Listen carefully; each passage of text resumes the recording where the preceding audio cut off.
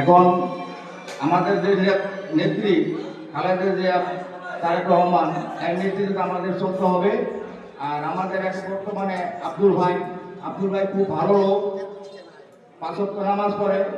একজন আপনারা সবাই দোয়া করবেন এইসব নমিনেশনটা আল্লাহর রহমতে পায়। এই আমার বক্তব্য আমি শেষ করব।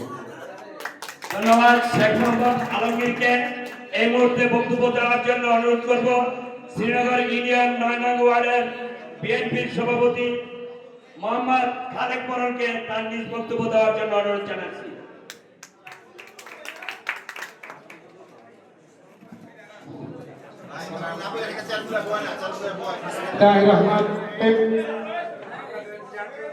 দল আয়োজিত শ্রীনগর ইউনিয়নের 7, 8, 9 নং ওয়ার্ডের কর্মী সমাবেশের সম্মানিত সভাপতি, উপস্থিত প্রধান অতিথি, বিশেষ অতিথি ও অন্যান্য ওয়ার্ডের নেতৃবৃন্দ, আসসালামু আলাইকুম।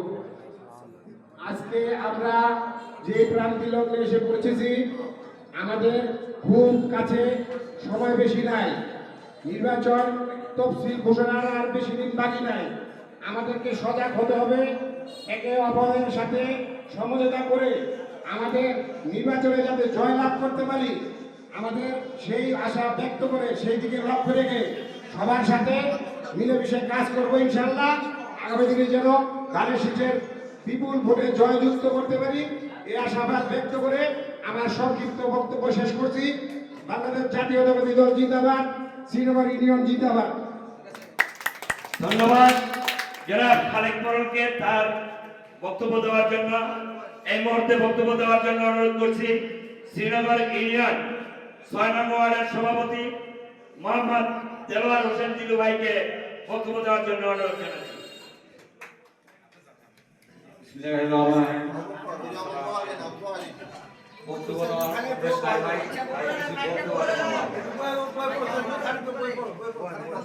তাই